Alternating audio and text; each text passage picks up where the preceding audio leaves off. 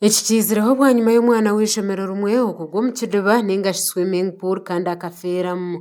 Okufa kw'omwana ogu poliisi nekwegyekyeerera obutafayo bwa bakama b'ishomero. Poliisi okurabira omugambirizi waayo ACP Lusoke Kituma yahamya oku poliisi yakwatire omuntu omwe okuhweraho mu kucondooza. Okubawa okulabula eri abantu bonna abayina ebidiba mu masomero ne mu bitundu oba ebifo ebisanyukirwamu.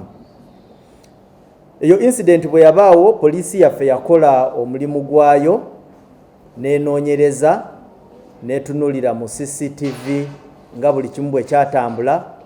Of course sijagenda kawa nnyo mu maaso n'eki kyennyini ebiri mu investigations zaffe, naye mumanye nti twakola investigations ezo era ne tusobola n'okukwatayo omuntu omu eyali avunaanizibwa okumakinga sure nti abaana abawuga ku swimming pool eyo baali balina okuwuga nga tebatuusibwako buzibu bwonna. Ogu yayongera yahabura amashomero hamwe na n'abo bakama b'ebidiba okwehara okukozesa abantu abatiine bukugu oburukumara. Bano abantu betuyita ba life savers ababeera ku swimming pool.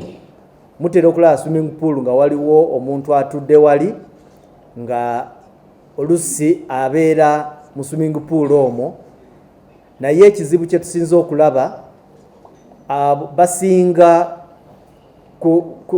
kukola mirimu gya kutendeka abaagala okuyiga okuwuga. Kati wosangiranga kifo ky'okutunulira abantu abali mu kidiba so that oli bw'aba atandise okumira amazzi ojja omutaase amaanyi osanga nti ono life saver gonna agatadde mu kutendeka. Ebyo bikiri aho, omugambirizi wa poliisi yashoboorera oku poliisi yahereze kuta abantu 8 enyuma y'emitahimbwa bari kugezaho kutaaha amahe g'eihanga omu buryo bw'ekishobobo. Central Division Kitugu Municipality UPDF yatukwasiza abantu 8 abeekuusa ku misango egikwatagana ne okuwaayo ebipapula ebijingirire, abalala nga musango gwa kugezaako kuwanguzi so that bayingire mu magye. So ku ssaawa 4